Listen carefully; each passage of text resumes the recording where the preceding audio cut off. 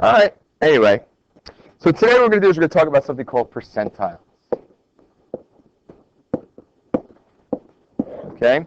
And I'll define it, and then we'll talk about how this will eventually link back to the z-scores we discussed, right? We had discussed z-scores and so forth. So what's a percentile? Well, I'll give you this definition. The pth, now that sounds weird, but it's like p could be the 70th, the 80th, the 50th, the pth percentile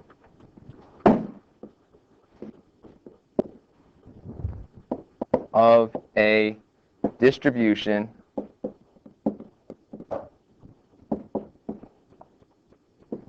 is the value with p% of the observations less than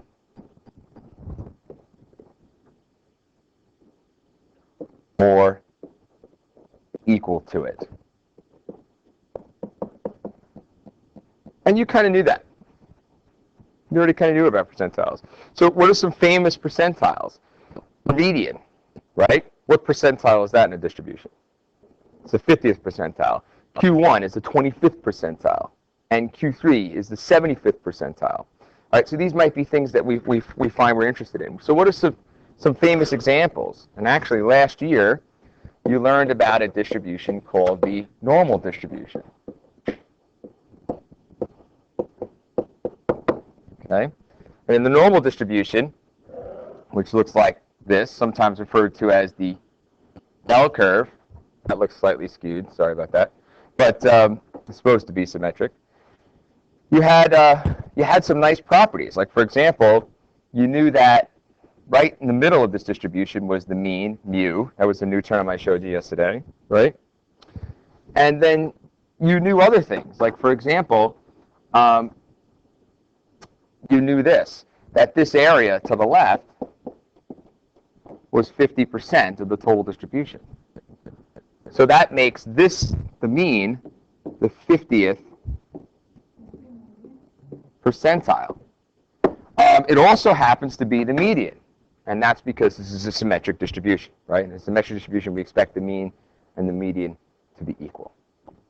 Okay? But you knew other famous values in this distribution.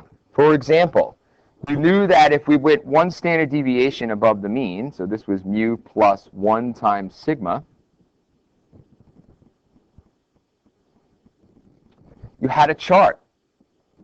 And you got to look and see what area was in here. And if you looked to figure out what area was in here, it was approximately 34%. It was actually 34 point something. It was 34.5, I think, something like that. Okay? And then you could shade all this stuff to the left, which would represent all the numbers in a distribution less than or equal to the mean plus 1 standard deviation. And if we added that all together, we'd find out that this is the 84th percentile.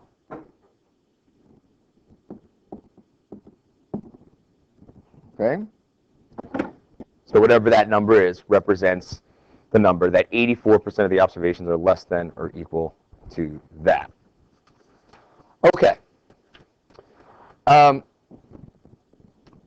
In this course, though, we won't only discuss the normal distribution. We're going to look at some other distributions as well. Okay. So I need to define something for you, and then we'll be able to talk about some other possible distributions. The idea of a density curve. And a density curve is a curve that, number one, is always on or above the horizontal axis. And number two, has a total area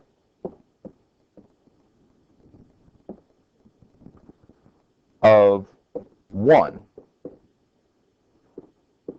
under the curve, representing 100% of the population or distribution, the set of numbers that you're interested in talking about. Okay. So I'll ask you this question. Based on this definition of a density curve, is the normal distribution also a density curve? The answer is yes, right? Because the curve is always above the horizontal axis. And what's the total area under this curve? We added up every piece of it. 100%. That's the total population. So this is an example of a density curve. There are other examples.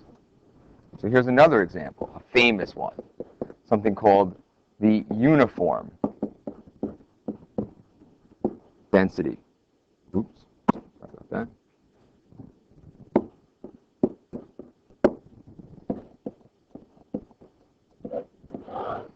And this is the curve that just always takes the same value for the set of x values that you're interested in. So for example, you could have a density curve that goes from 0 to 1, 0 over here and 1 over here. And it would always be at the same height the entire time. Now, I claim you know what that height should be. Think about what the total area needs to be under this curve, and you can say, I know how tall that curve is. Right? Well, it's in a rectangle. And the area of a rectangle is always the base times the height. So this height has to be 1. And that's an example of a density curve. It's a symmetric density curve, right? You can find the median or the 50th percentile. So for example, right here in the middle at 1/2, that's the median.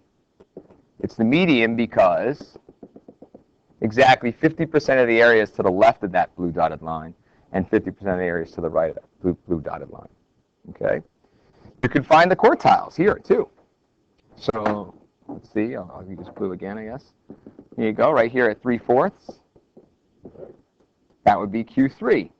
And over here, at this point, that would be Q1. So you can talk about the same things we always talked about, median, Q1, and Q3, underneath a curve that's not a normal curve. You can talk about it underneath a uniform density curve. Let's continue to talk about this uniform density curve just for a minute. Let's pretend that instead of going from 0 to 1 on the x-axis, it went from 0 to 4.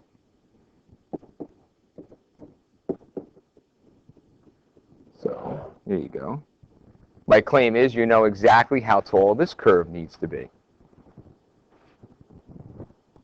It can't be 1, right? Because if it was 1 unit tall, then we would have 4 times 1 would give me a total area of 4. Shambu, what are you thinking?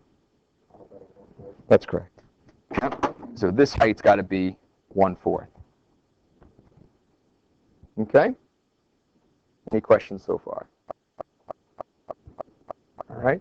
So you can you can identify the median. The median is right here at 2. And that's because 50% of the observations are below or to the left of that blue dotted line, and 50% of observations are to the right. You can also ask some other questions. For example, I can say to you, what's the probability that we choose a number from this distribution in the following way, that it's between 1 and 4. Okay, you should know just some notation. Instead of having to write that whole sentence, you can just write this, a P. P means probability that x is between 1 and 4. Okay? And all you have to do to find the answer is simply find the area under the curve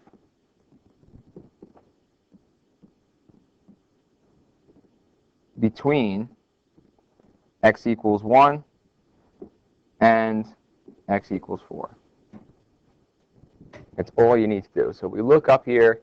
Here's x equals 1. Here's x equals 4. We just need to know that area. Right? Do we know it? What do you think? That's correct. 75% of the area would happen there. So the answer to this question is 0.75. You can ask some other probability questions. So let's, for example, think about this question. What's the probability that x is just greater than 3? So you don't have to bound it from above and from below. Okay? So we go up to the curve. We find 3 on the curve. Here it is. And we want x to be greater than 3. So you simply ask yourself, how much area is under the curve when x is larger than 3?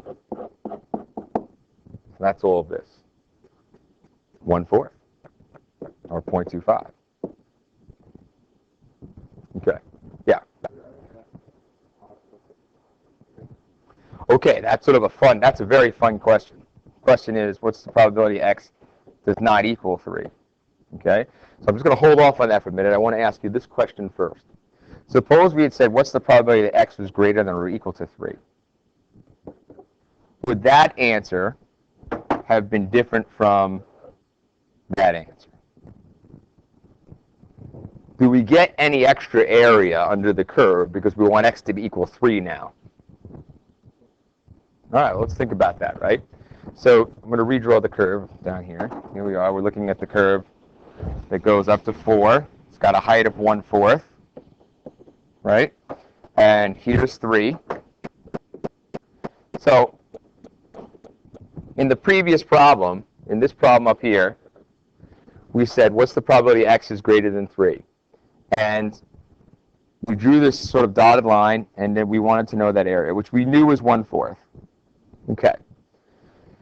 This question is saying, hey, not only do I want all this area that's shaded in, but I also want this dotted line to be solid. I want to include the area of that line.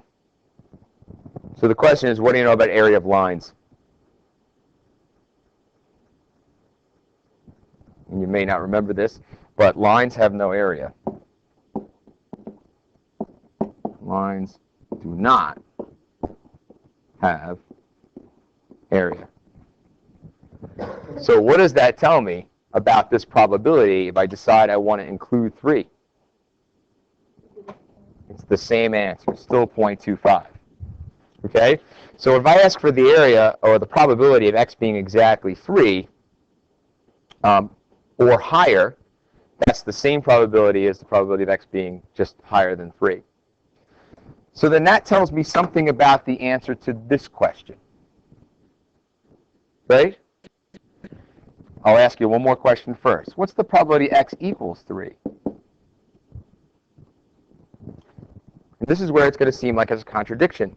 Because, I mean, I would think if we're going to pick numbers from 0 to 4, it's possible that we might pick 3. Imagine we had a spinner with all the numbers from 0 to 4 and we spun it. It might land on 3, or it might land a little before it, a little after it, and so forth. But if we use this definition at area under density curves of probability, then the probability that x equals 3 is 0, because there's no area to go with x equals 3. Well, that's sort of the little contradiction. The question is, how is that possible? There's a little bit of a contradiction there. Seems strange. If that's the case, though, this probability, the probability that x doesn't equal 3, has to be 1, because these two events, these guys right here, are called complementary events. If one happens, the other doesn't. So the probability of this x equaling 3 is 0. Probability x doesn't equal 3 is 1. Okay?